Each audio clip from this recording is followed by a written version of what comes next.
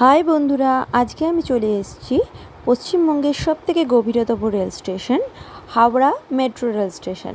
তো দেখো, অনেকটাই বড় মেট্রো রেল স্টেশনটা। আর যে গেটগুলো রয়েছে দেখো, পুরো একদম সেফটি মেনেই এইসব গেট সব করা হয়েছে। এদিকে একটা লাইন রয়েছে, ওদিকে একটা লাইন রয়েছে। এই দিকে যে লাইনটা সেটা যাবে পুরো সল্টলেক অবধি। দেখো কতটা বড় লাইনটা রয়েছে।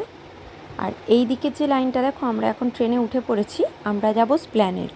তো এক্ষুনি আসবে আমাদের সবার, মানে অনেক দিনের প্রতীক্ষা ছিল যে পাতাল মানে গঙ্গার 30 ফুট নিচ দিয়ে এই মেট্রো ট্রেনটা যাচ্ছে। তো দেখো কত সুন্দর লাগছে, অসাধারণ লাগছে।